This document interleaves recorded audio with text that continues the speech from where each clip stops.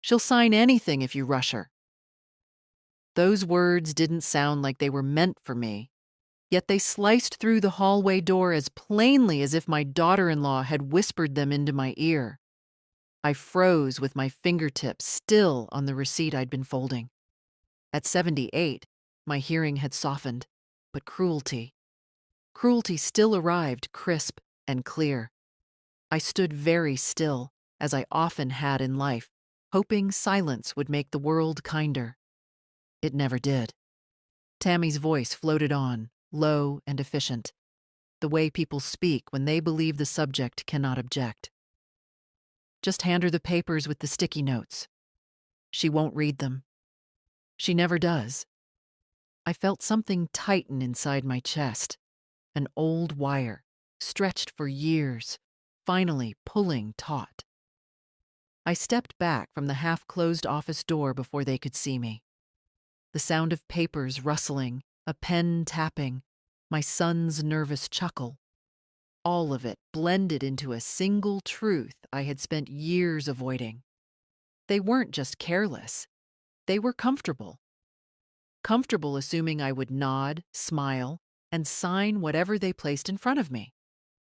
Comfortable thinking an old woman's hands shake too much to hold a boundary. I walked toward the kitchen, slowly, because dignity walks slower in old age, but it still walks. The kettle was still warm from the tea I'd made earlier. I touched it anyway, needing a moment to feel something steady beneath my hand. Outside, the afternoon sun lay over the garden like a faded quilt. Soft, worn, familiar. The kind of beauty I once believed was enough to keep a family gentle. But people grow, and sometimes they grow sharper. My voice didn't shake when I called out, "Tammy, darling, I'm stepping out for some air. If Andrew needs me, he can call." "Oh, sure," she answered too brightly. "No rush, Mom." No rush. If only they knew how that word tasted to a woman who had spent decades being hurried into silence. I slipped on my cardigan, the blue one with stretched elbows, and stepped onto the porch. The boards complained under my weight.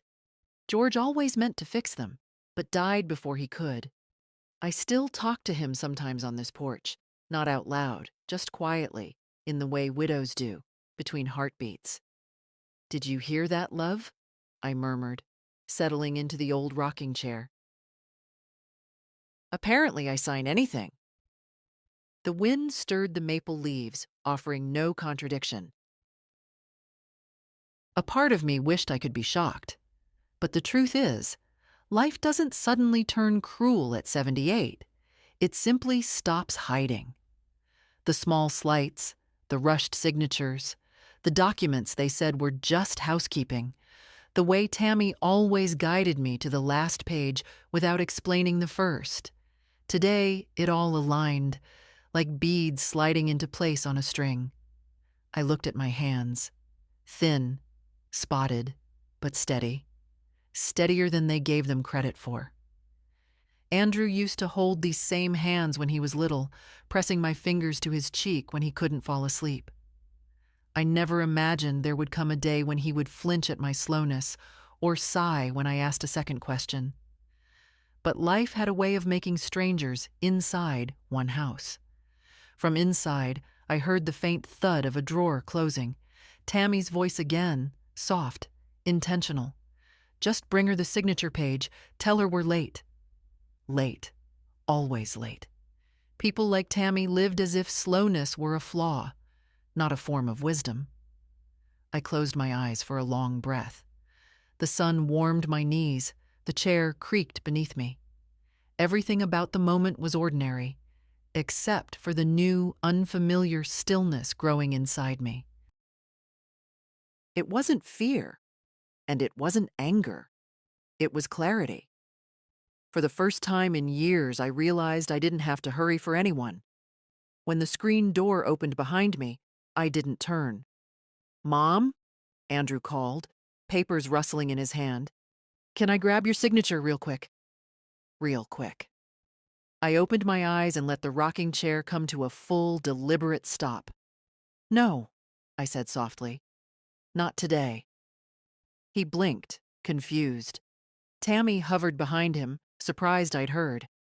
I stood, leaning on the railing. Not because I needed to, but because people underestimate a woman who rises slowly.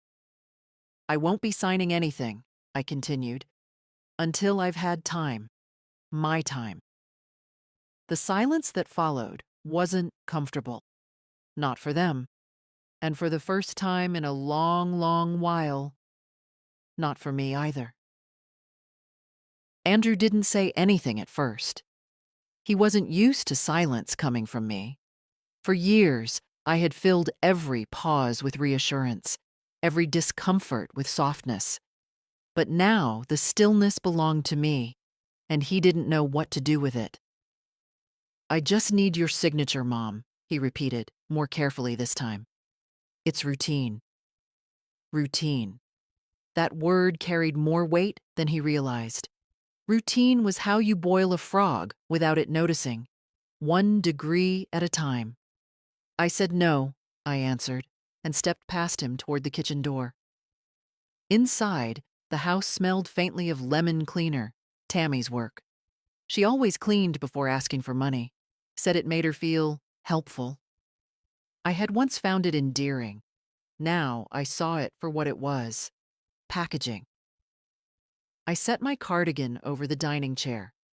My heart beat a little too loud in the quiet room, but it wasn't fear. It was something older, more deliberate. A woman doesn't reach 78 without learning that trembling and breaking are not the same thing. Behind me, Andrew followed, his steps stiff. "Mom," he said, lowering his voice, "Tammy and I are handling a lot right now. We just need this done. It's timing." That word again. Timing. Rush her. She'll sign anything. I moved to the sink and turned on the tap just long enough to wash the teacup waiting there. My hands stayed steady, even under the warm stream. I dried it slowly. "You've brought me documents 4 times this month," I said, still looking at the cup. "And every time you said the same thing: quick, routine, don't worry." Andrew exhaled sharply, the kind of breath people take when they've been found out, but aren't ready to admit it. "Mom, it's nothing serious." "I'll decide that," I replied. That sentence startled him. I could hear it in the way his breath caught. I wasn't harsh, but I wasn't soft either. I simply spoke as someone who remembered she had a spine. Tammy entered then, pretending surprise. "Oh, Mrs. Collins, we didn't expect you to escalate things." She smiled, thin as paper. "We're on a tight schedule. If we could just get the signature written, Andrew and I can finish the rest." "Finish what rest?" I didn't ask. Not yet. Their urgency told me more than their words ever would. "I'm not signing anything today," I said again, drying the last cup. "Leave the papers." Tammy's smile faltered. "But you'll forget." "You always forget." Andrew winced at her choice of words. I watched them exchange a quick, nervous look, one I'd seen before but never truly understood until now. That quiet agreement between 2 people who believe they've outgrown the obstacle standing in front of them. The obstacle being me. "I'll remember," I said, folding the dish towel neatly. "I remember more than you think."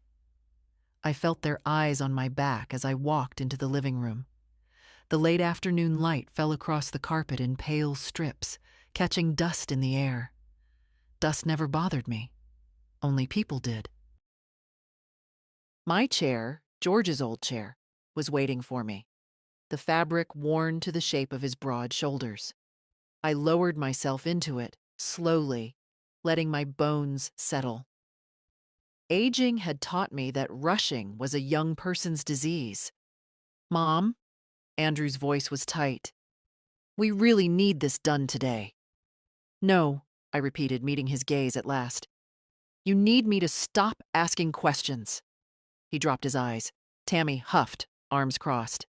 This is ridiculous. Ah, there she was, the woman underneath the polished voice. I studied her face quietly.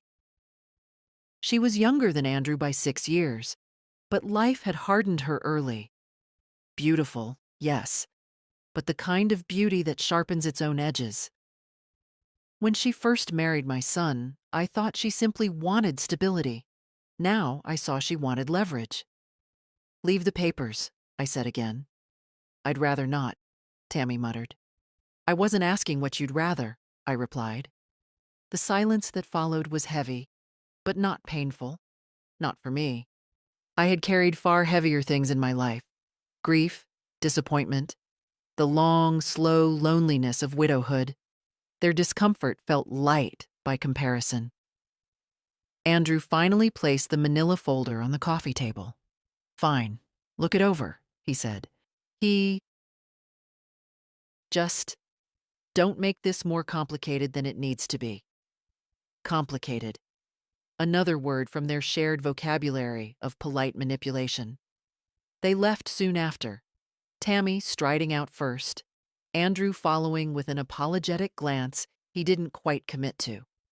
The car doors slammed, the engine started. The driveway gravel crunched beneath their tires, and then the house was mine again. Quiet, still, honest. I pulled the folder toward me. It felt too heavy for its size. Inside were 3 documents, each marked with bright orange sticky notes pointing to where I should sign, as if I couldn't read, or as if reading was the last thing they wanted me to do. My hands hovered over the top page. Then I closed the folder. Not out of fear, out of intention. Whatever this was, whatever shape their plan had taken, I would not discover it by candlelight at my kitchen table. Tomorrow, I decided, I would take the papers where they belonged, to someone who wouldn't rush me. Tomorrow, I would see a lawyer, and I would go alone. I didn't sleep much that night. Not because of fear. Fear keeps you awake with noise, and what I felt was quiet. It was the kind of quiet that comes when something finally stops pretending to be fine. The folder lay on the coffee table like an accusation. Its sharp corners pointed at me every time I passed the room. I didn't open it again. I didn't need to. Whatever waited inside deserved better eyes than mine. Eyes that wouldn't soften, because the hands behind the papers belonged to my son. When morning came, I took my time getting ready. I combed my thinning hair, pinned it the way George always liked, and put on the gray wool coat I saved for church and doctor appointments.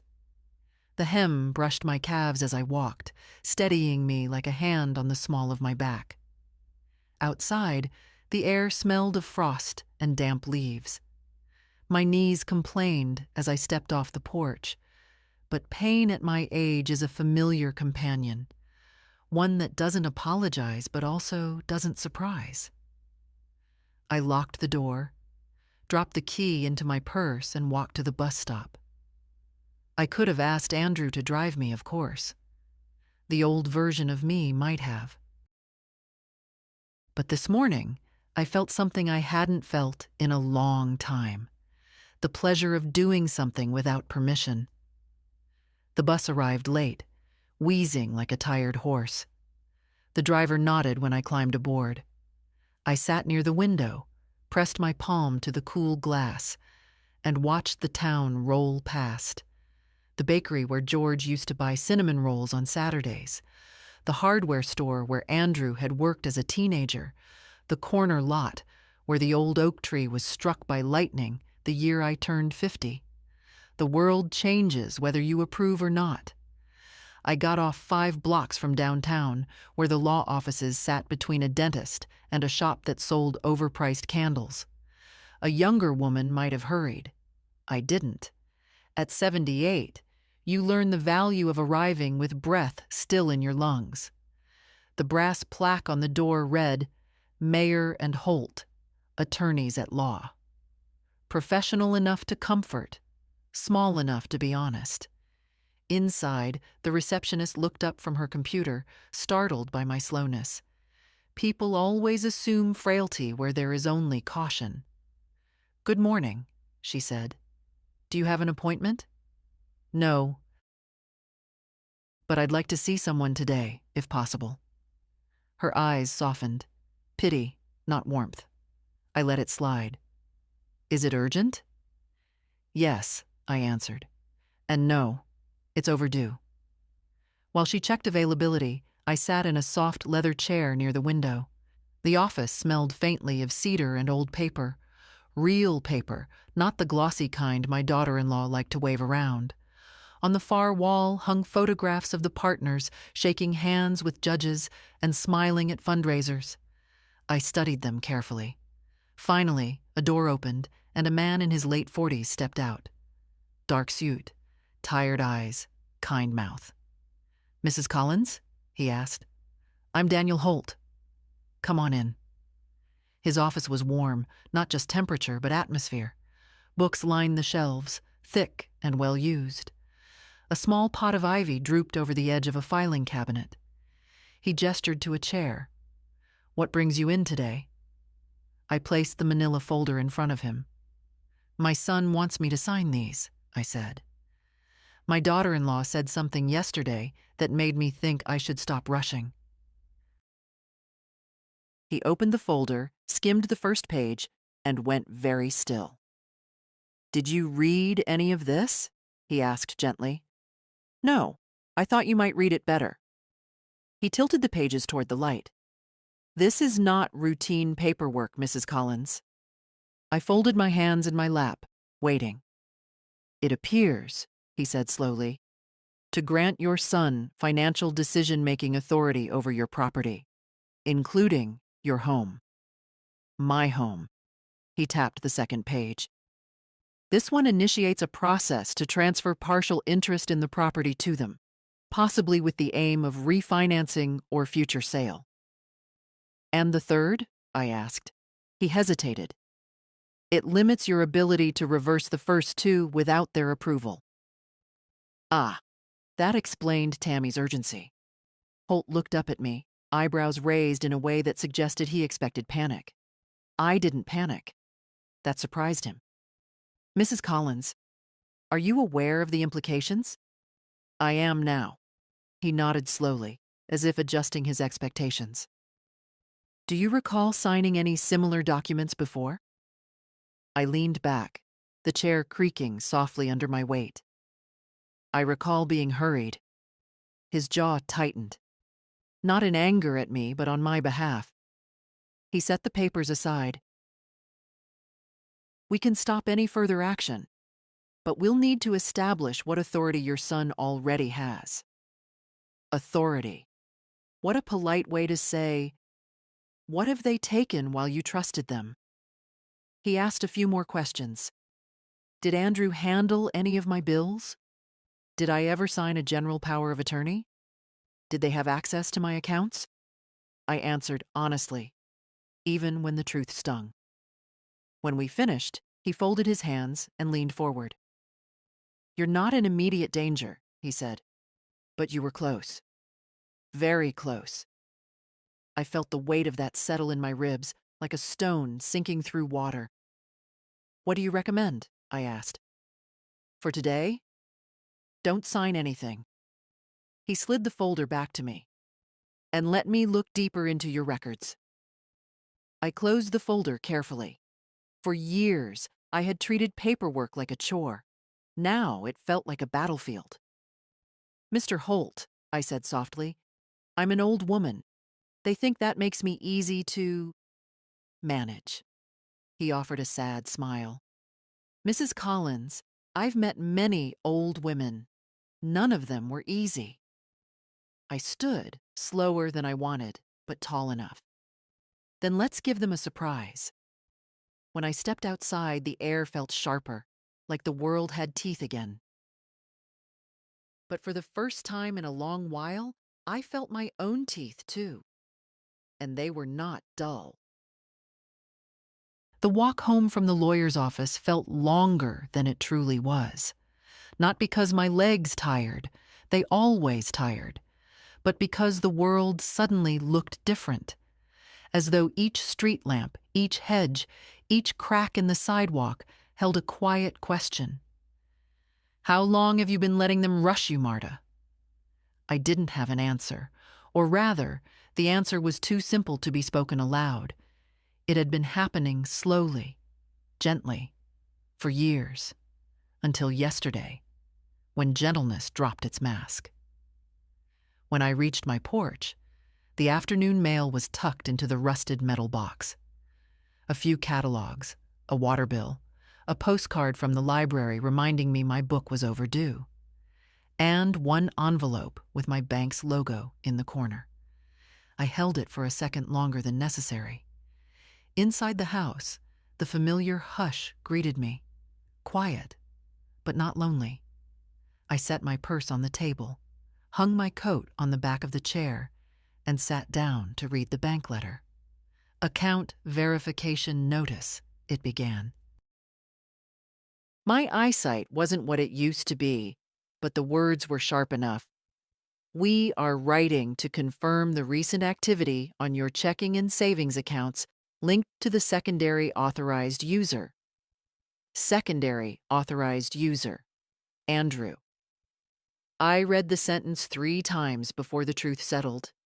My son had been making withdrawals, transfers, and routine adjustments under the authority I had apparently given him 2 years earlier. 2 years. My fingers tightened around the paper. The room felt suddenly too small, the walls too thin. Not because of fear. Fear shrinks a person. This was something else, something that made me sit up straighter. I picked up the phone and dialed the branch number. Mrs. Collins, the manager greeted, cheerful in a way bankers always are when they know your balance. What can we do for you today? I'd like to discuss the secondary access on my accounts, I said. Is it possible to cancel it? There was a brief pause. Yes, ma'am. You would simply need to come in for identification and sign the revocation forms. I almost laughed at the irony. Sign. They always wanted my signature. I'll be there today, I said, and hung up before doubt could creep in. It took me 30 minutes to reach the bank. The manager, Mr. Lyle, met me himself. Polite, efficient, a man used to handling people who didn't ask many questions. But today, I had questions. Mrs. Collins, removing your son from the account will stop any automatic transfers he initiated, including— Good, I said quietly. He cleared his throat. Some payments may fail as a result. That's his concern now. Mr. Lyle blinked. I don't think anyone had heard me speak that sharply in years. I signed each cancellation carefully, reading every line. My handwriting was slow but steady. Would you like new access cards issued? He asked. Yes, only in my name. When it was done, he handed me the completed forms in a neat packet. Is there anything else I can help you with today? I hesitated, then shook my head. Not today, but soon. Outside, the wind had picked up, tugging gently at my coat. Cars rushed down the street, one after another, people in a hurry to be somewhere, do something, sign something. I moved slowly, deliberately, clutching the packet from the bank like armor. At home, I placed the papers next to the untouched manila folder. 2 stacks, side by side. One representing what they'd tried to take, the other, what I had taken back. For a long moment, I simply stood there, hands on the table, breathing the quiet air of my own house. Then the phone rang. I didn't answer. Let it ring, I thought. Let it ring until the ringing teaches them patience. When it finally fell silent, I sat down in George's chair and allowed myself one slow breath. then another. The house felt different now, not safer, but more mine, as if each step I'd taken today had stitched me back into the life I'd once owned fully. There was so much left to do, so much they didn't know I knew. But tonight, for the first time in a very long while, I felt no rush. And that alone was a beginning. By late morning, sunlight had settled across my living room like a thin, hesitant blanket, warm only where it touched. I sat at the kitchen table with both folders in front of me, the bank documents neat and official, and the manila one Andrew had pressed into my hands with such urgency. 2 choices, 2 versions of my future, separated by a single woman's spine. I reached for the phone but didn't dial. Calling Andrew would only invite another performance. Concern, confusion, the practiced irritation that always came when I slowed his momentum. No. It was time I spoke to someone who didn't need me to hurry. By noon, I was walking toward Daniel Holt's office again. My steps were slow, deliberate. The way one walks when reclaiming ground she didn't realize she'd ceded. When I stepped inside, his receptionist looked up, startled. "Oh, Mrs. Collins, you're back?" "Yes," I said. "And I'd like to speak with Mr. Holt, if he's free." She hesitated, then gave me that soft, pitying smile people reserve for the very old and the very stubborn. "Let me check." Within minutes, I was back in his office, the air humming with that same quiet steadiness I had noticed yesterday. "Mrs. Collins," Holt said, rising from his chair. "Did something happen?" "A few things," I said, handing him the bank packet. "I revoked my son's access to my accounts." He skimmed through the forms, nodding. "Good. That was the right step." "It was overdue," I answered. He didn't disagree. I sat, placing my hands on the table. They looked older today.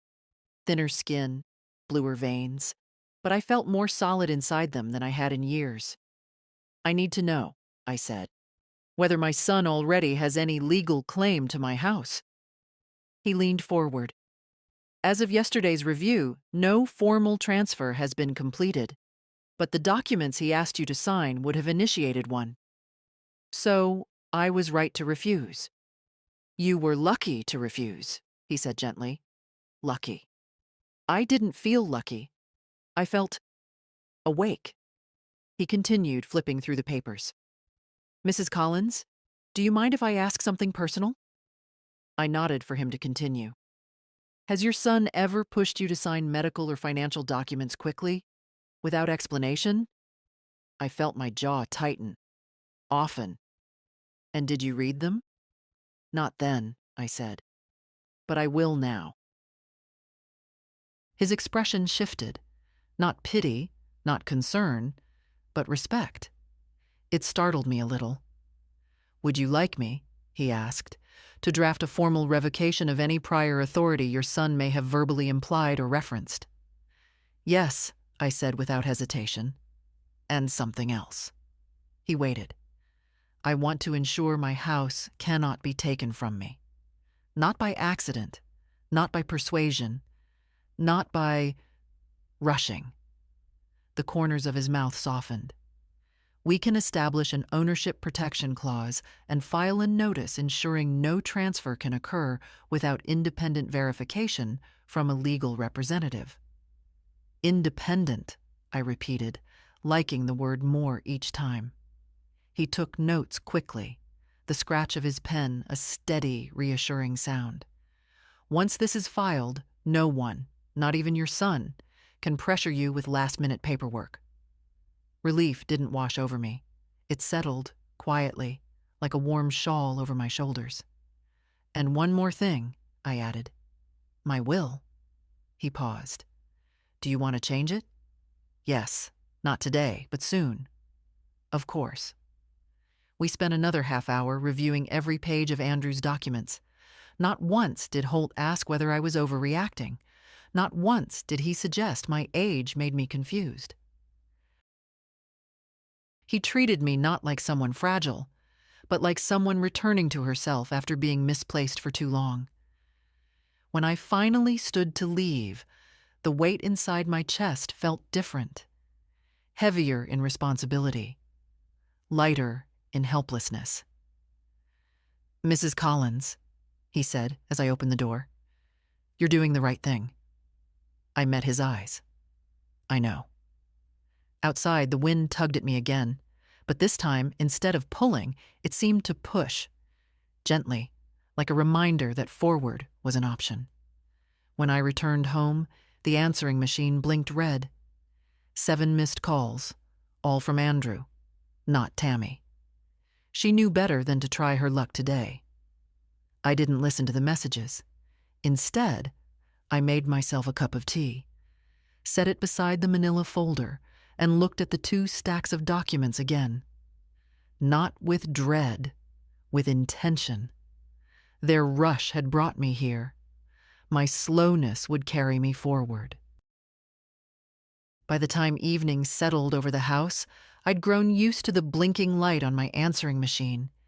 It pulsed in the dim room like a tiny, frantic heart. My son's heart, not mine. Mine beat slowly, evenly, with the clarity of someone who had stopped apologizing for breathing. I was stirring a pot of soup when gravel crunched outside. Headlights swept across the kitchen window. I didn't rush. I never rush anymore. By the time I wiped my hands and walked to the front door, Andrew was already on the porch, shifting from foot to foot like a man who had rehearsed a speech and forgotten it on the drive over.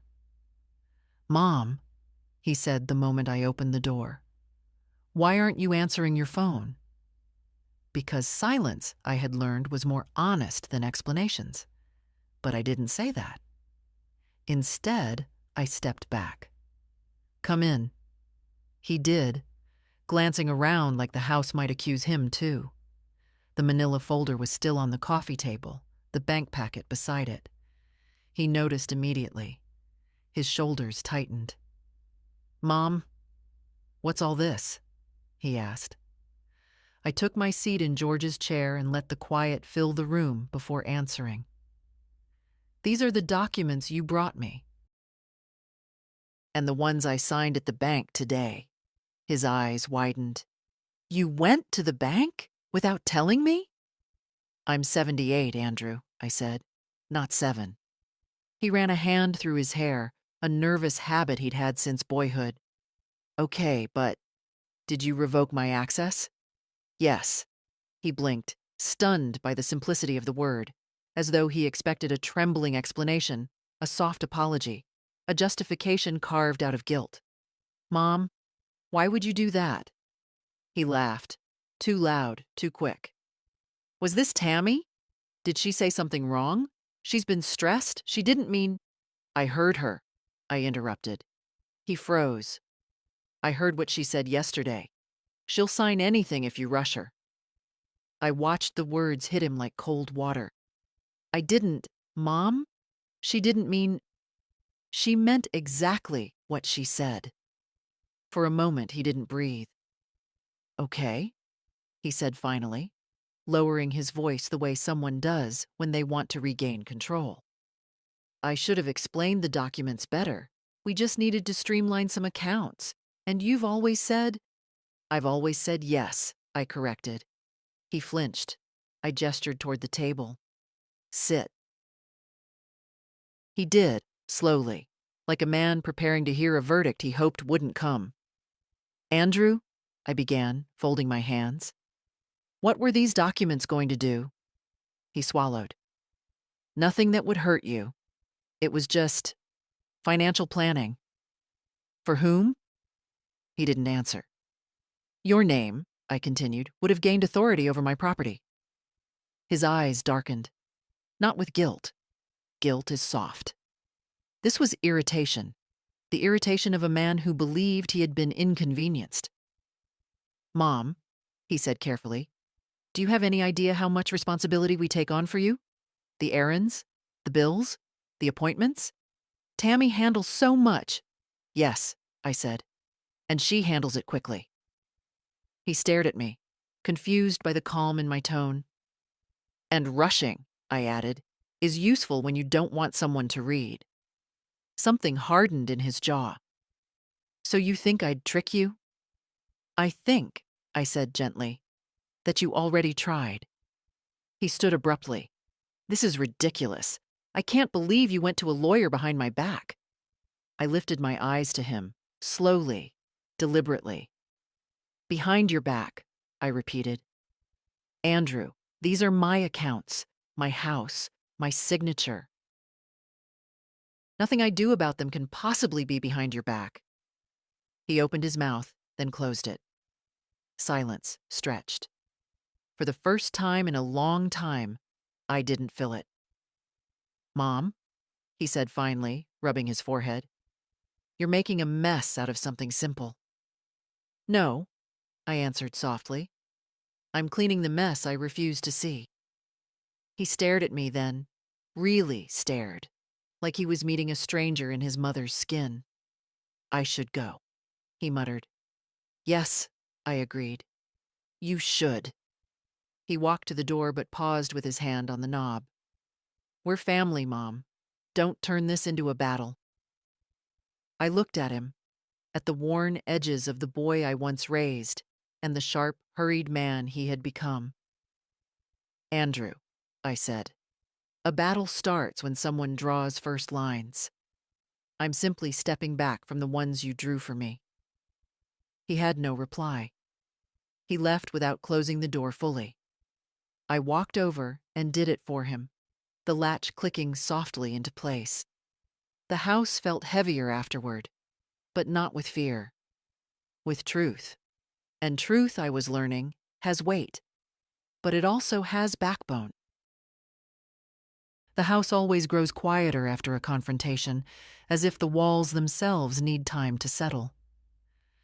I moved slowly through the living room, touching the back of the sofa, the corner of the old bookcase, the edge of George's chair, places where my life had gathered quietly, like dust in afternoon light. I wasn't trembling. I noted that with a strange sort of pride. Years ago, raised voices from Andrew would have left me flustered, apologetic, smoothing the air around him like a mother tries to calm a colicky child. But tonight, my hands felt steady. My breath felt steady. Only my heart, my old, stubborn heart, felt heavy. Not broken, just tired. I turned on the lamp beside the window. Its soft glow pooled across the rug, warming the room just enough to keep loneliness from settling too deeply. But it didn't warm the ache behind my sternum, the one that had nothing to do with age. I walked to the kitchen and poured boiling water over a tea bag, watching the strands of color unfurl, slow, patient, refusing to be rushed. Perhaps I was becoming more like tea these days, stronger when given time. The house creaked as it cooled, familiar little murmurs I'd grown used to over decades. When George was alive, he used to say the house talked to us. To him, each groan in the floorboards meant weather was changing or the wind had shifted. To me, the sounds simply meant we belonged here, together. Tonight, the house sounded different. Not unhappy, just aware. As if it sensed I'd finally begun protecting it again. I carried my tea to the small table by the window. Outside, the street was dim, the porch light spilling only a soft circle onto the walkway. The maple tree across the yard swayed gently, its branches like arms reaching out but not quite touching anything. For the first time since yesterday, the weight of everything settled into me fully. Not the legal worries, not the fear of losing my home, but the grief. The grief of realizing how far a mother can drift from her son without ever leaving his side. It wasn't sudden.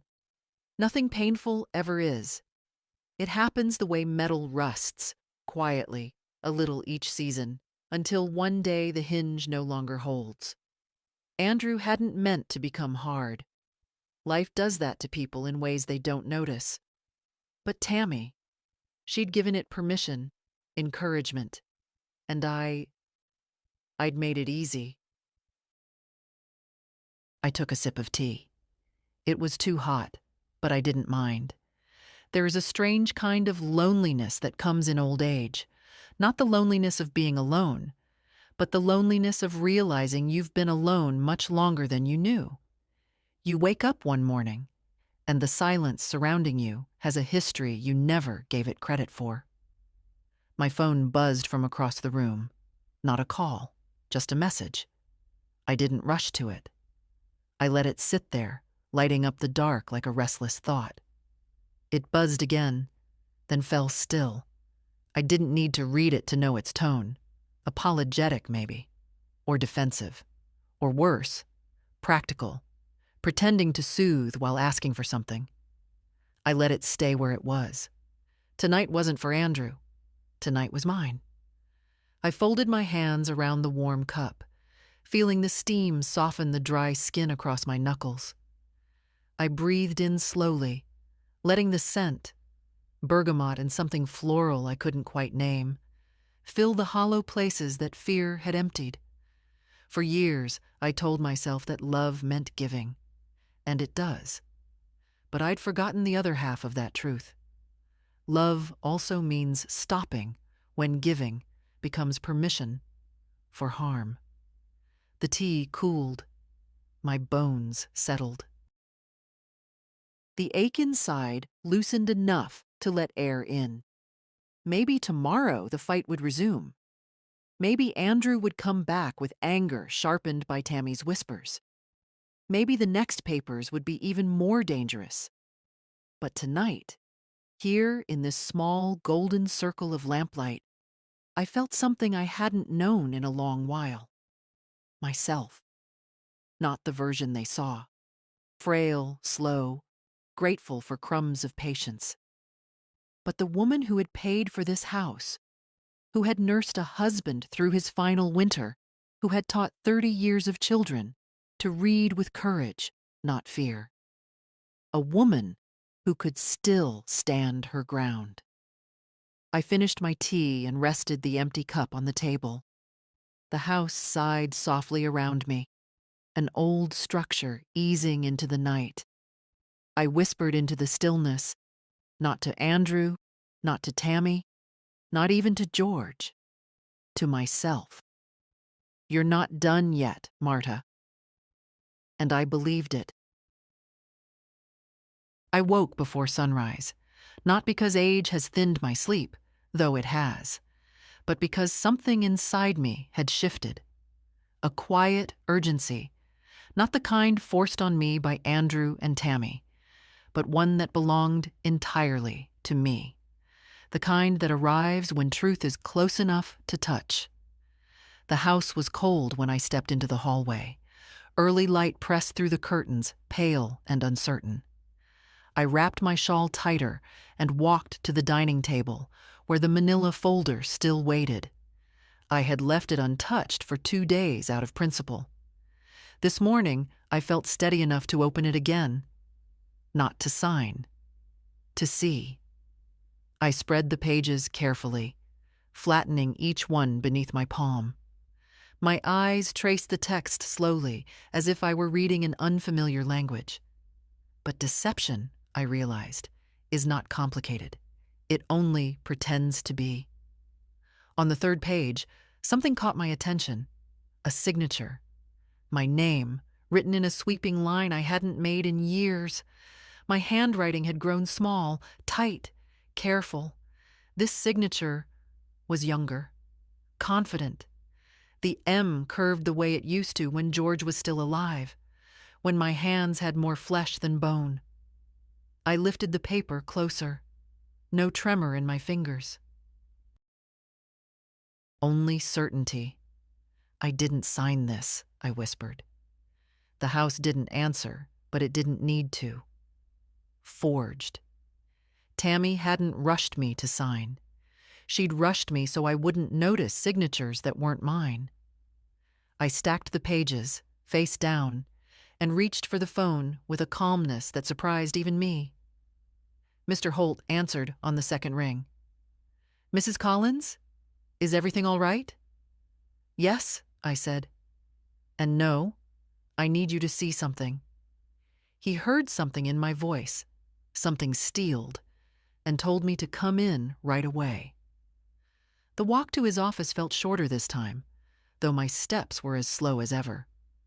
Perhaps purpose shortens distance in ways feet cannot. In his office, he took the papers gently, like they were fragile.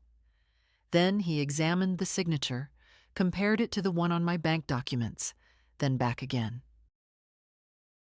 His eyebrows rose. "This isn't your handwriting." "I know." He turned the page slightly. "I believe this is a traceover. Someone used an older signature of yours as a guide." "Someone with access," I murmured. He nodded once, solemnly. "Mrs. Collins, this isn't an accident, and it isn't harmless." I sat back, letting the truth settle without rushing it. "What happens now?" "That depends," he said. "Do you want to pursue legal action for forgery?" I thought of Tammy's voice. Cool, clipped, always efficient. I thought of Andrew's irritation, sharp as flint. I thought of the years of quiet erosion, my boundaries wearing down grain by grain. "No," I said finally. "Not yet." He seemed relieved and concerned at once. "Then at the very least, we'll document this, and we'll take steps to ensure they can't use these papers against you." "Yes," I said. "Do that." He placed the forged document aside carefully. "Mrs. Collins, this is serious." "So am I." He exhaled slowly, studying me. "You're handling this with remarkable composure." I gave him a thin, tired smile. "At my age, Mr. Holt, panic is wasted energy." He nodded. When I stepped back outside, the sun had risen fully, warming the pavement beneath my shoes.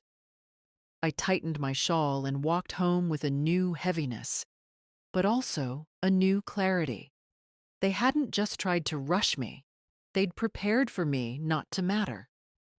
As I reached my porch, I paused with my hand on the railing, the wood warming beneath my skin. "Well," I murmured into the quiet morning. "They're about to learn how badly they miscalculated."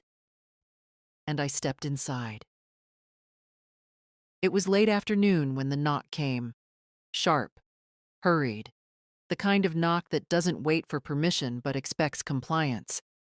I had just settled into my chair with an Afghan over my knees. I didn't get up right away. Let him wait, I thought. Let him learn the taste of stillness. But the knocking grew louder.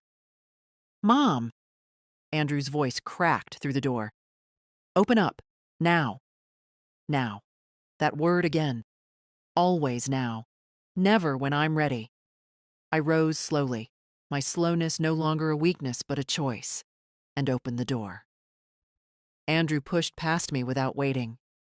He looked different this time. Not irritated, not confused, but rattled. Truly rattled. "What did you do?"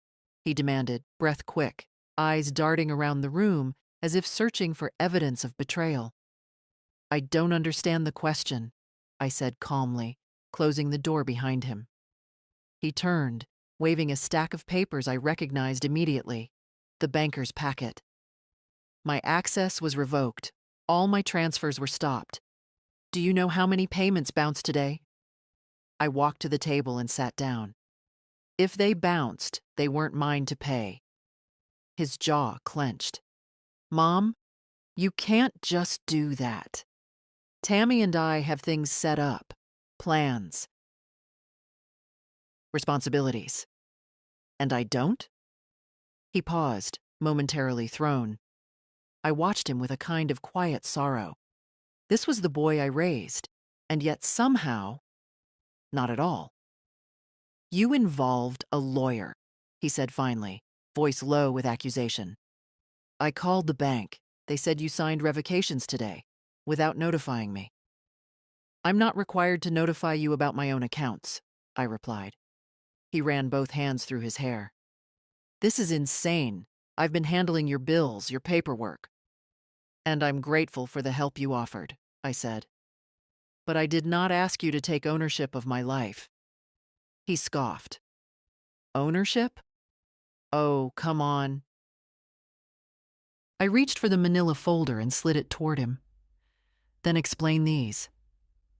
He hesitated, then opened it. When his eyes landed on the forged signature, his face tightened, but not with guilt, with calculation. Tammy handled some of this, he said. Maybe the bank misplaced something. Maybe. Andrew. My voice was quiet, too quiet for him to ignore. Do not lie. Not to me. Not anymore. He closed the folder too quickly, as if the truth might spill out. You're blowing this out of proportion, he said. These documents would have helped us manage things better. It's what families do. It's what control does, I corrected. Something in his expression changed then, subtle but unmistakable. A flicker of anger, sharp and unfiltered, the kind you only show to someone you think cannot fight back. Mom, he said, leaning closer, you need us. You can't keep up with everything. You shouldn't be alone with all this responsibility. We were trying to help. You're making this harder than it needs to be. There it was. The soft voice people use when they want to take something, wrapped in concern so it feels like a gift. Andrew, I said, feeling my breath steady. I may move slowly, but I am not lost. I know exactly what you and Tammy were trying to do. His face flushed. We weren't trying to do anything except protect you. Then why, I asked, did you need me to stop reading? He froze, and for a long, silent moment, we just stared at each other, the old woman and the boy she raised, standing on opposite sides of a truth neither could ignore. Finally, he muttered, I should never have come. That may be the first honest thing you've said today. He grabbed his coat, stormed toward the door, and just before stepping out, he turned back, eyes sharp and wounded. You're making a mistake, he said. I already did, I replied softly. For years. He left without another word. The house settled again, tired, older, but somehow stronger. So was I. The letter came the next morning, tucked between a grocery flyer and a dental coupon, as though it were nothing more than paper. But paper can ruin a life as easily as fire, and the envelope had that heavy official weight I've learned to distrust. I took it inside, set it on the table, and stared at it longer than I should have. At 78, you don't rush bad news. You let it sit. You let it reveal its shape before you open it. When I finally tore the seal, the words on the page arranged themselves slowly, like a blow winding up before landing. Notice of concern regarding habitability and safety. Recommendation for relocation pending review. Relocation, a polite word for removal, not quite eviction, but its shadow. The letter claimed to be from a county assessor. It listed hazards in my home, loose porch steps, aging electrical wiring, mobility risks. Things real enough, but not new. Things Andrew had promised to fix when we get around to it. At the bottom, in finer print, it stated, a formal petition for mandated relocation may be filed by family or authorized advocates. Family. My hands went cold. They had started the process. Or Tammy had. It sounded like her. Polished concern wrapped around strategy. I sat down slowly, the letter trembling just slightly between my fingers. Not fear. Anger has its own tremor. Quieter, but deeper.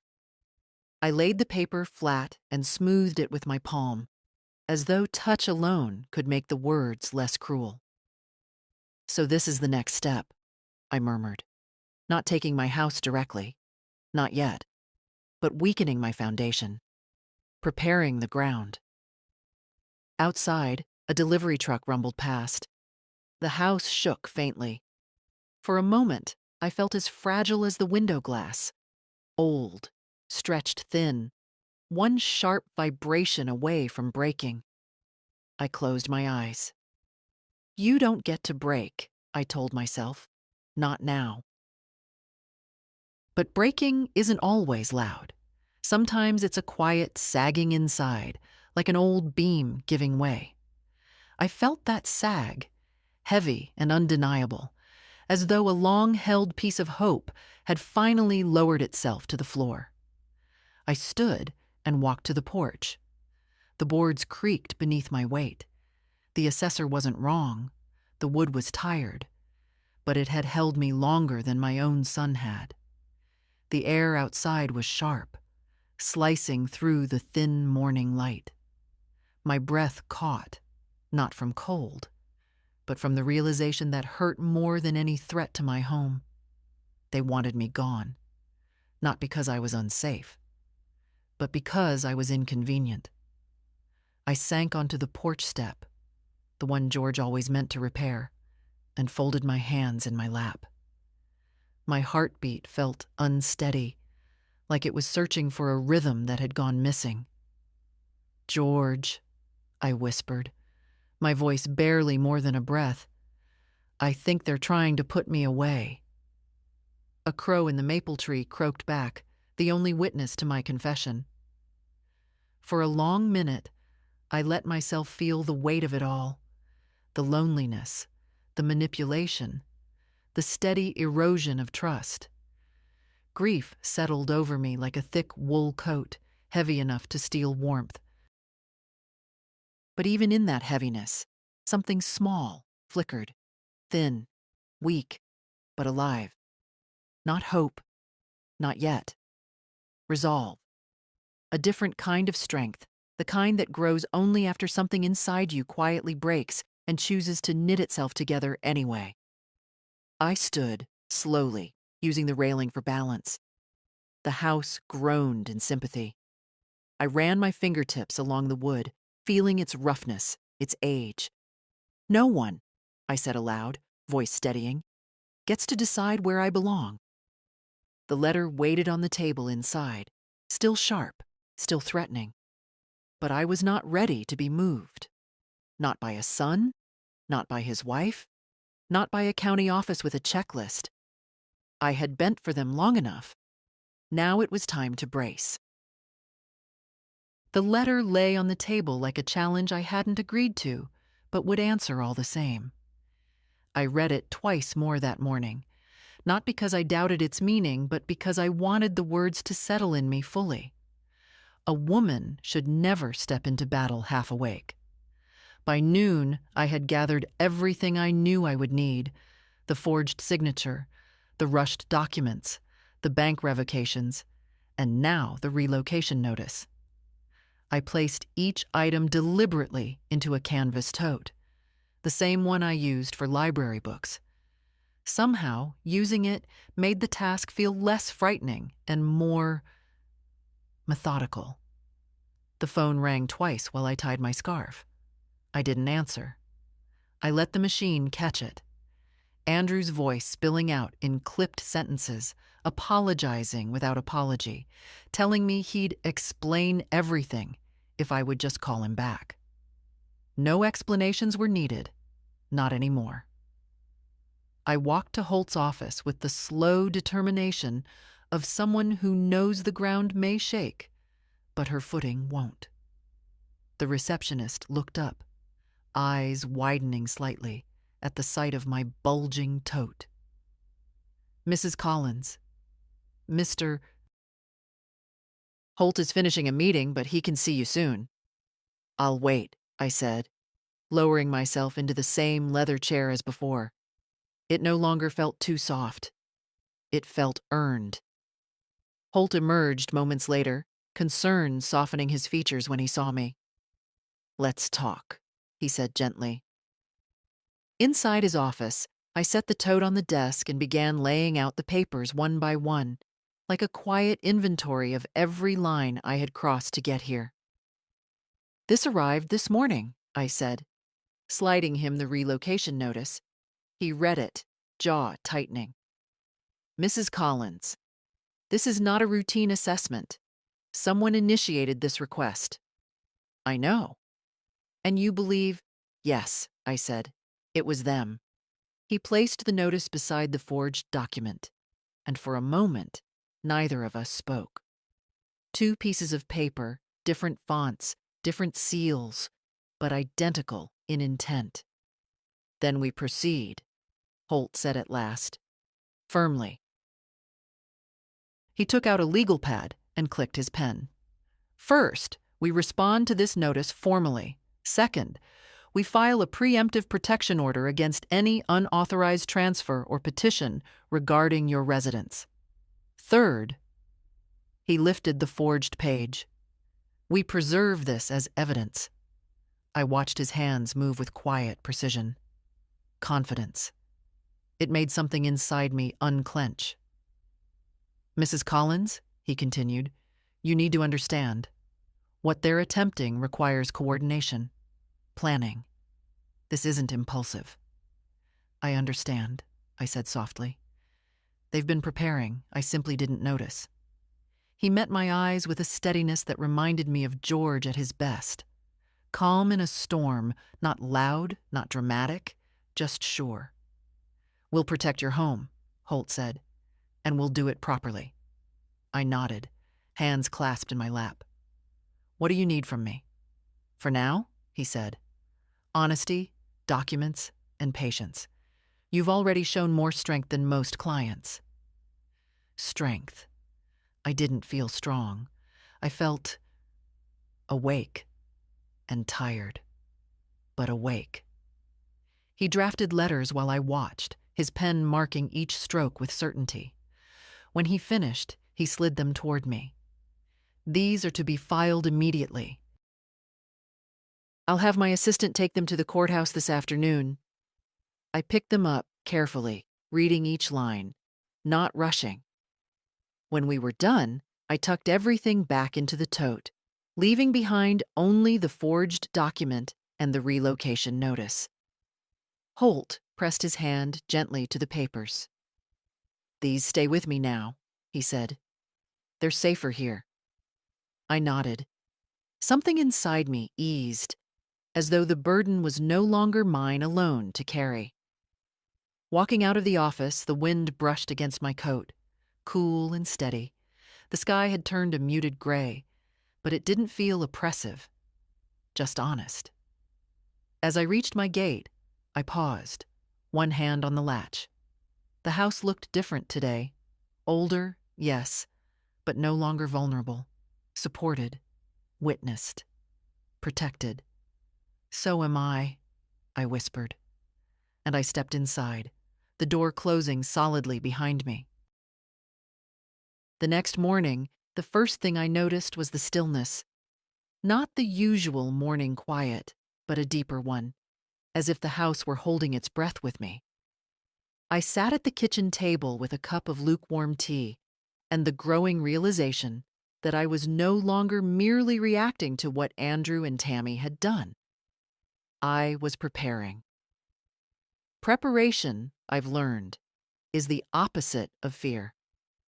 I opened my notebook, the same one I used for grocery lists and birthdays, and wrote 3 words at the top of a clean page: protect, remove, redirect. Simple, direct. Mine. By 10 o'clock, I was standing inside the bank again, my scarf pulled tight against the cold. The teller recognized me but didn't comment. That small mercy of adulthood. People assume age means routine. They rarely expect strategy. Mr. Lyle, the manager, approached with a polite smile. "Mrs. Collins, how can we assist you today?" "I need to restructure my accounts," I said. Permanently. He gestured toward his office. Once the door closed, I placed my hands on the desk, steady as stone. I want a new account, separate from all previous access, and I want to transfer the majority of my savings there. He blinked. Of course. And for beneficiaries? Yes. I inhaled slowly. Not my son. Not his wife. His expression softened in a way I didn't care for. Something between sympathy and approval. But he didn't question me. Anyone else you'd like to name? He asked gently. I thought of the only person in our family who visited without an agenda, my granddaughter, Lily, a quiet girl with gentle hands and eyes that still looked at me like I was someone worth seeing. Yes, I said, Lily Collins. And, for the rest, charitable distribution. It felt strange saying it aloud, even stranger realizing it didn't hurt. As we went through the forms, I read each line slowly, savoring my own authority. Not one page moved forward until I nodded. Mr. Lyle waited, silent, patient. He'd probably never seen anyone my age read anything so deliberately. When the transfers were complete, he printed final confirmation papers. Mrs. Collins, he said carefully, once this is processed, no previous agreements or authorizations will carry over. I know. And your son will no longer have access to these funds in any form. I know that too. He hesitated, then added, You're making strong choices. I met his eyes. I'm making overdue ones. Outside, the wind was fierce, tugging at my coat and reminding me I wasn't as strong as I used to be. But strength is never just in the body. Sometimes it's in the will. And mine felt newly sharpened. I walked home with slow, deliberate steps, the documents tucked safely inside my purse. The weight of them wasn't comforting, exactly, but grounding, like carrying the keys to a place you no longer fear losing. When I reached my front yard, the porch looked the same as always, weathered wood, peeling paint, familiar flaws. But something in me had changed. The house no longer felt like a fragile possession. It felt like a boundary I knew how to defend. Inside, the answering machine was blinking again. 3 calls this time. All from Andrew. I didn't listen.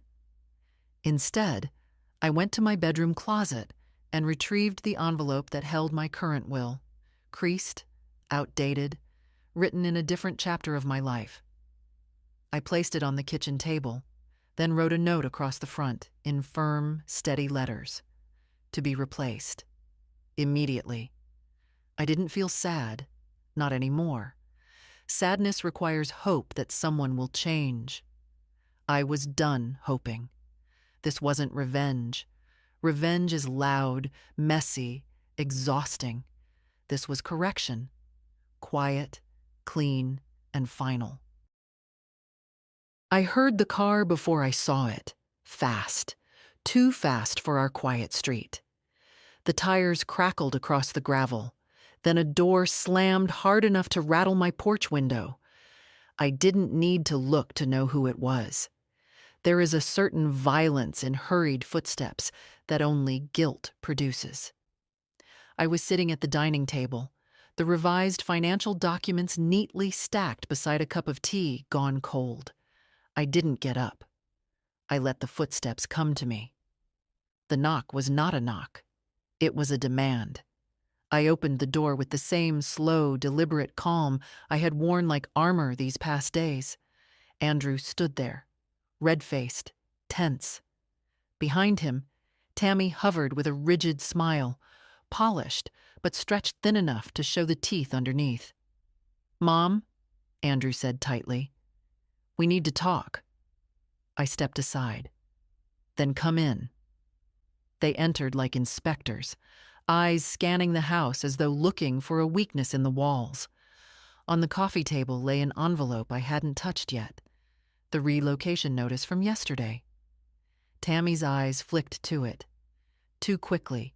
She knew exactly what it contained. Andrew cleared his throat, producing a new set of documents from his jacket. These need your signature today. This whole situation has gone off the rails and we're trying to fix it before it gets worse. I sat down in George's chair, folding my hands in my lap like a woman preparing for a quiet sermon. What situation? I asked softly. Are you referring to exactly? This, Tammy said sharply, snatching up the relocation notice. Mom, this is serious. The county thinks your home isn't safe. They could force you out. We're trying to protect you. Are you? I said. Not a question, a recognition. Tammy's smile flickered. Of course. Why else would we be doing all this? To rush me, I answered, so I would sign things without understanding them. Andrew's jaw clenched. Mom, not this again. I slid a single sheet of paper across the table. The forged signature. Tammy's breath hitched. Andrew's eyes darted away. They didn't need me to explain it. They recognized it instantly. Where did you get that? Tammy whispered. From the documents you brought me, I said. The ones you insisted I sign quickly. Andrew straightened, trying to recover ground. That is not what it looks like. This is a mix-up. It is exactly what it looks like, I interrupted gently. A signature I did not make. For a long moment, no one spoke. The house seemed to hold its breath again. Finally, Tammy leaned forward, voice tight and brittle. Mrs. Collins, you don't understand how complicated all this is. We were trying to keep things manageable. You don't need the stress of... Stress, I repeated quietly. Like a forged signature? Or a forced relocation request? Andrew's head snapped toward her. What relocation request? Tammy froze. My heart squeezed, not with triumph, but with grief. Watching the two of them, I saw how far they had gone separately, and how they had gone even farther together. Yes, I said. Your wife filed it. I didn't file. Tammy started, then stopped when she saw Andrew staring at her as though seeing her for the first time. He whispered, Tammy, what did you do? She said nothing. I lifted another sheet, Holt's preliminary response letter, crisp and authoritative. You no longer need to worry about the county, I told them. My lawyer has taken over. Any actions against my property now require independent review, and any attempt to transfer ownership without my consent is legally blocked. Andrew's face drained of color. Mom, why would you get a lawyer involved? We could have handled this privately. No, I said, my voice soft but immovable. You handled it privately for long enough. He swallowed hard. We're family. Yes, I said, we are. Which is why I let you handle things you had no right to handle, and why it stops today. Tammy's eyes flashed something between anger and desperation. You can't do this. I already have. Andrew stepped forward then, but there was something broken in his expression. Not anger this time, but fear. Fear of losing access, of losing control, of losing something he believed was his by default. Mom, he said, voice cracking. We were just trying to make sure everything was manageable. For you, I corrected. He didn't deny it. I lifted one final page, one they hadn't seen. My next appointment, I said quietly, is to rewrite my will. The silence that followed was absolute. Tammy looked away first. Andrew simply stood there, shoulders sagging as the truth settled over him like a weight he couldn't lift. You should go now, I said. They didn't argue. For the first time in years, They left my home without taking anything. The next morning felt strangely calm, the way a room feels after a storm has passed, but before anyone dares open the windows. I moved slowly through the kitchen, rinsing my teacup, wiping the counter, letting normalcy settle like dust. It wasn't peace, exactly. More like the quiet that follows a long-held breath. At 11 sharp, Mr. Holt arrived. I had never seen a lawyer on my porch before. His navy coat was neatly buttoned, his briefcase tucked under one arm. He smiled politely, but there was something solemn in the way he carried himself. "Mrs. Collins," he said, "may I come in?" Of course. When he stepped inside, he surveyed the room with the measured attention of a man who understands the gravity of what he's about to do. He set his briefcase on the table and clicked it open. "I've prepared the protective orders," he said, sliding a document toward me. "Your property is now fully insulated. Any attempt to transfer ownership, petition for forced relocation, or claim authority over your estate will require court approval and your explicit, documented consent." The relief I felt didn't rush through me. It settled slowly, like warm broth on a cold day. "And," he added, pulling out another envelope, this one heavier, stamped officially, "I've prepared the notice we discussed." I nodded. My hands were steady as I accepted it. A vehicle rolled up outside, engine too familiar to ignore. Andrew's car. I didn't flinch. Neither did Holt. The knock on the door was softer than before, cautious, controlled. "Mom, can we talk?" I opened it. Andrew stood there, shoulders slumped, as though gravity had doubled overnight. Tammy lingered behind him, lips tight, face pale but defiant. "Come in," I said. Holt rose from his seat but didn't step forward. He simply stood with the envelope in hand. Andrew's eyes darted between us. "Who is he?" "My attorney," I said. The color drained from his face. Tammy stiffened. "Mom, there's no reason for all this. We can figure things out. We can fix—" "Sit," I said quietly. They did. I took my seat opposite them, Holt beside me like a calm shadow. "Andrew," I began, "for the past several months, you and Tammy have been trying to gain legal control over my property, my finances, and my living situation. That's not—" "Don't," I said gently. "Not today." He swallowed hard. "I've spoken with Mr. Holt. We've documented the forged signature, the rushed documents, the relocation request." Tammy looked down quickly, guilt, or the closest she could come to it. "And today," I continued, "we're drawing new boundaries." Holt stepped forward and placed the official envelope on the table between us. "This," he said, "is a formal notification restricting any legal action regarding Mrs. Collins's estate, residence, or financial accounts, effective immediately." Andrew stared at it as though it were a snake coiled on the table. Tammy finally spoke, her voice thin. "So, what does that mean?" "It means," Holt said, "you no longer have the ability to initiate anything on her behalf. Not transfers, not petitions, not authorizations, nothing." Andrew ran a hand over his face. "Mom, please, you're making us look like criminals." I leaned forward slightly. Not aggressive, just certain. "I am making you accountable."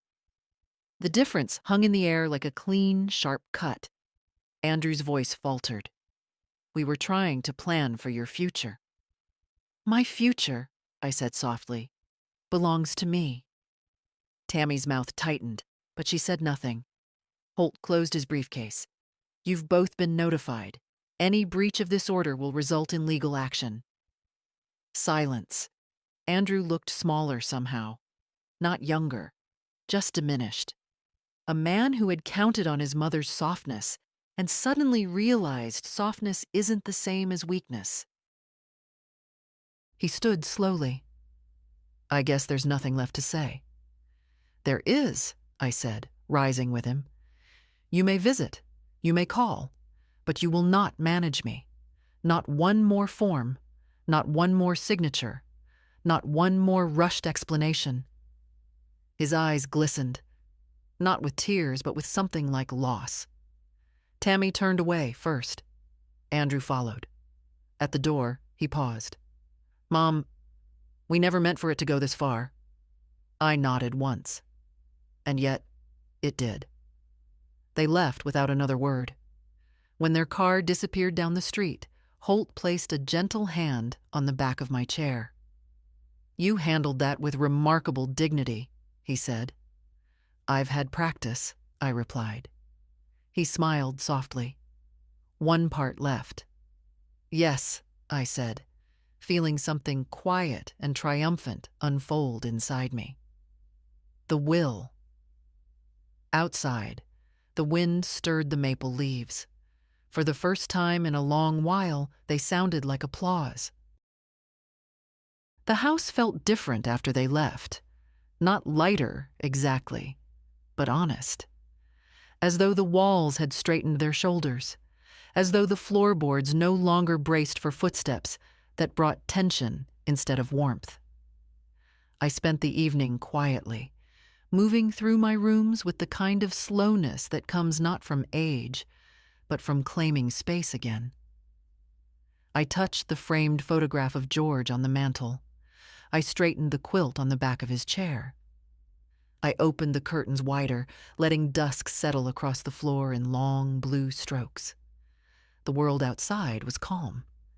A dog barked somewhere down the block. A porch light flicked on. My maple tree rustled softly, as if reminding me it was still rooted, just as I was.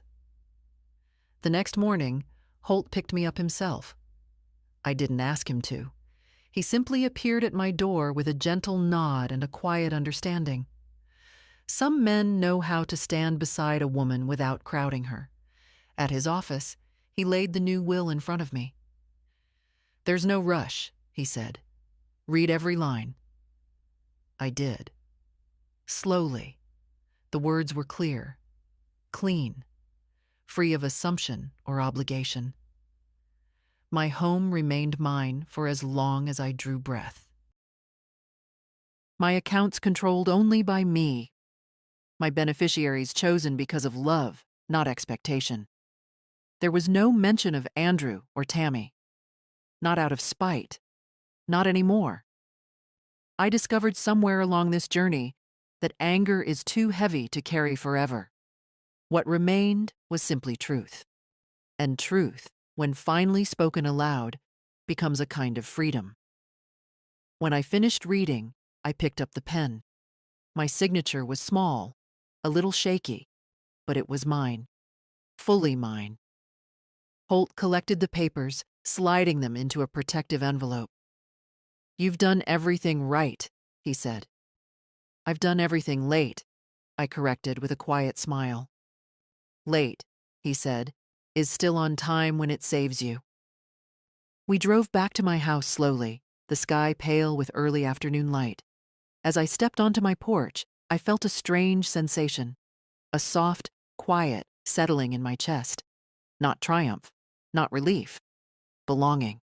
For the first time in years, I belonged entirely to myself. Inside, I made tea. Not out of habit, but by choice. I drank it at the kitchen table while looking at the neat stack of documents Holt had helped me secure. My future, finally uncluttered. My boundaries, finally drawn in ink instead of hope. The phone didn't ring that day, or the next. It didn't matter. Some absences are blessings disguised as silence. Later, as evening crept through the windows, I stepped outside and stood on the porch, breathing in the cool air. The maple leaves whispered overhead, their shadows moving gently across the steps George never repaired. It occurred to me then, Old houses don't fall apart because they're worn. They fall apart because no one cares enough to keep them standing. I was still standing, maybe a little bent, a little slower, but standing nonetheless. I whispered into the quiet, "I'm not done yet."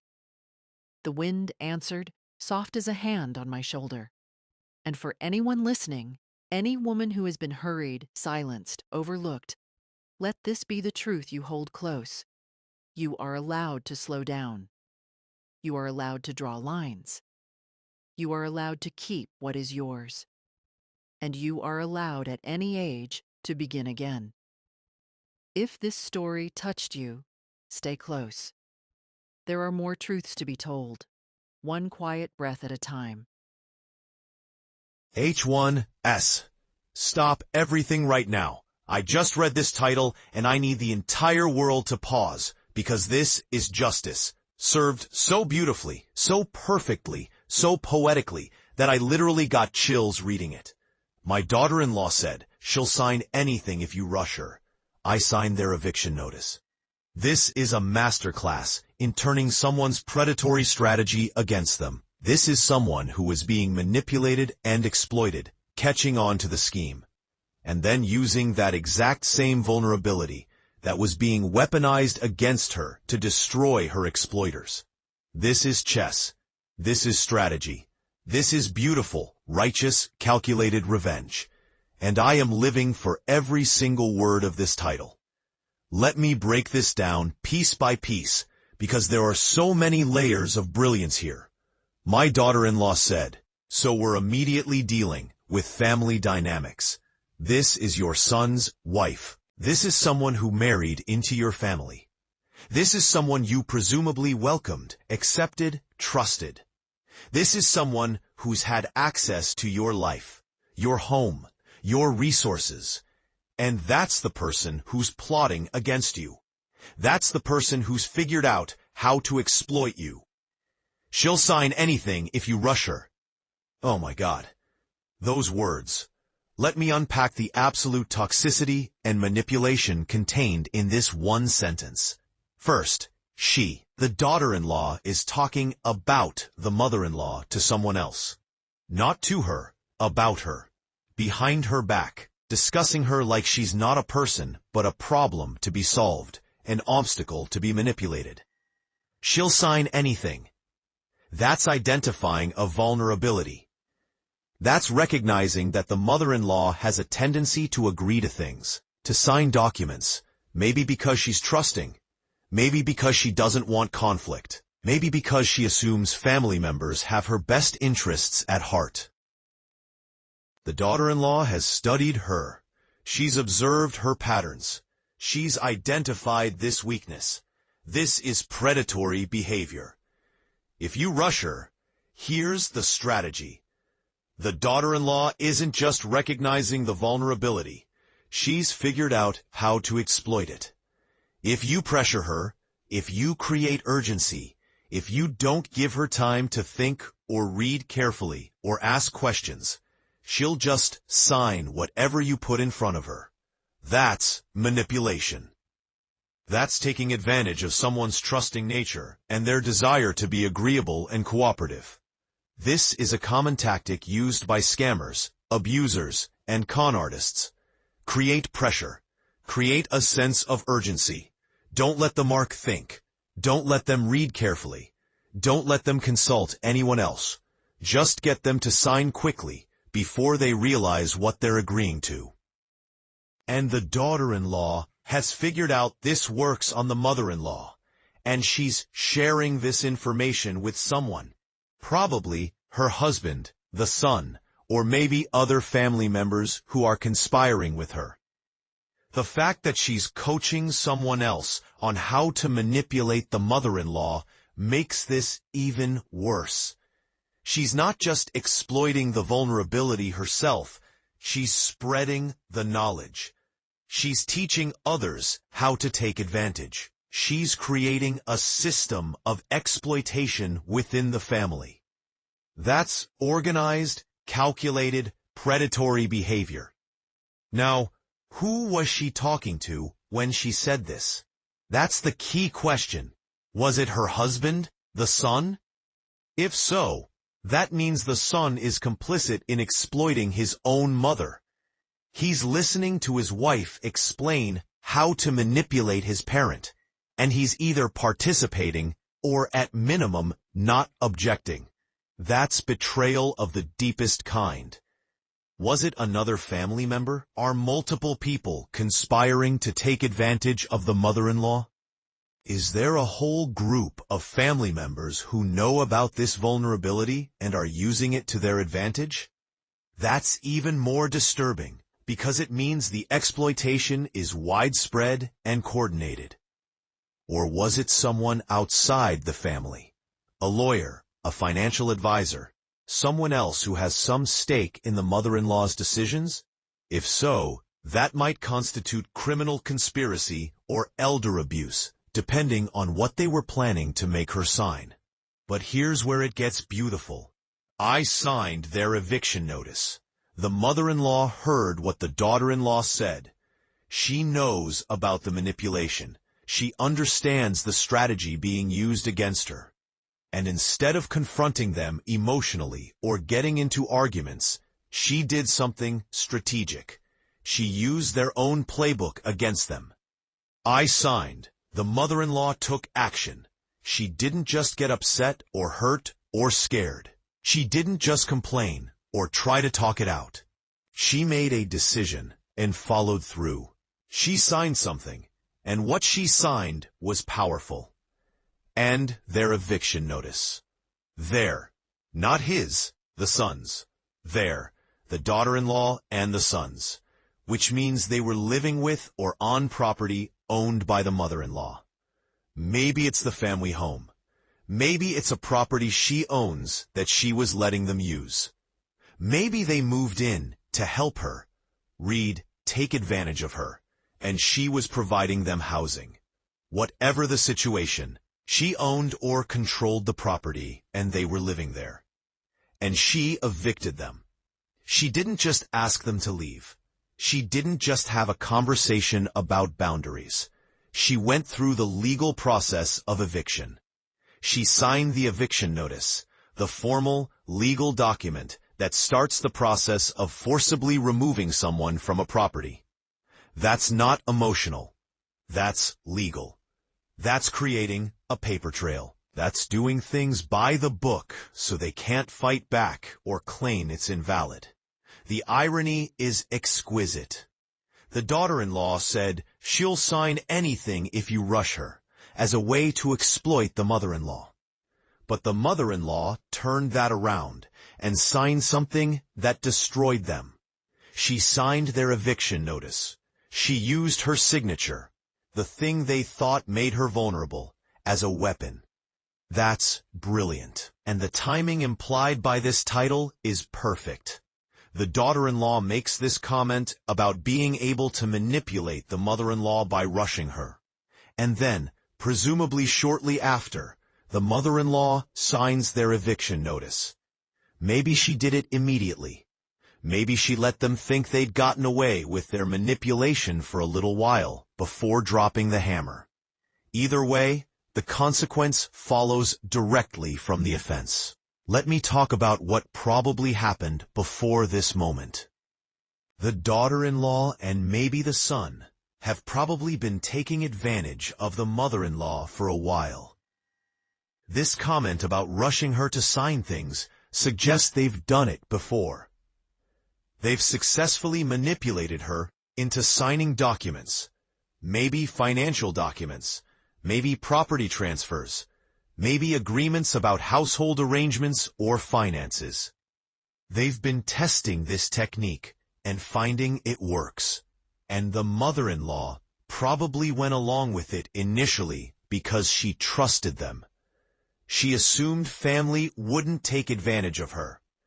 She assumed the documents they were rushing her to sign were legitimate and in everyone's best interest.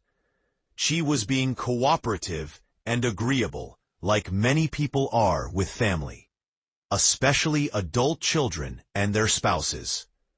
But at some point, something changed. Maybe the mother-in-law finally read something carefully after signing it and realized what she'd agreed to. Maybe someone outside the family pointed out that she was being taken advantage of. Maybe she overheard this conversation, where the daughter-in-law explicitly laid out the manipulation strategy. However she found out, she realized what was happening, and instead of being a victim, she became a strategist. The decision to evict them is massive. That's not a small consequence. That's not a slap on the wrist. That's removing them from housing. That's disrupting their entire living situation. That's forcing them to find somewhere else to live, pack up all their belongings, change their address, potentially scramble to find affordable housing in what might be a tight market. That's a serious consequence that will affect their lives in major ways. And it's legal.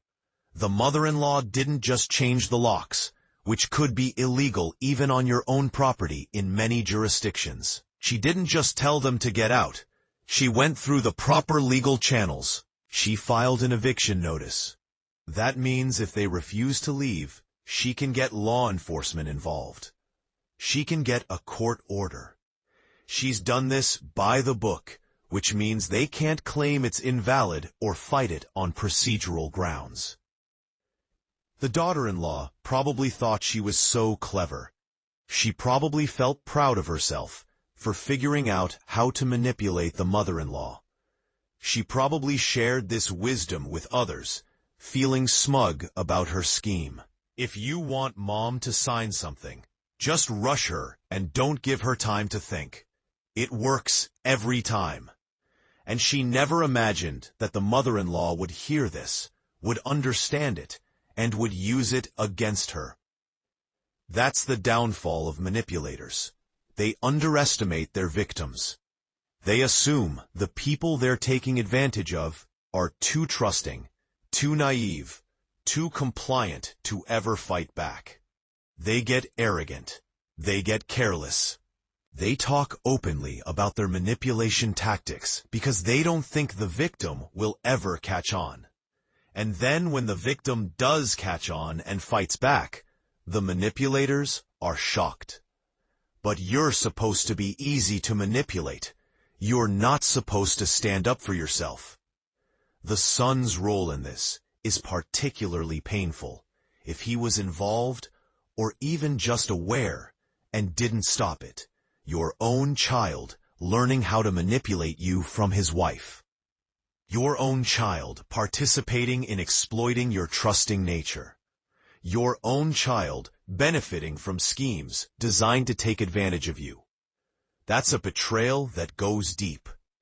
That's the kind of thing that permanently damages the parent-child relationship. Now the mother-in-law's response, signing the eviction notice, sends a clear message. You tried to manipulate me.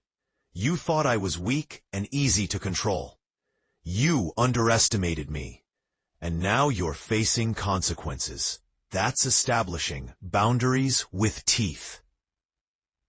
That's showing that exploitation will not be tolerated.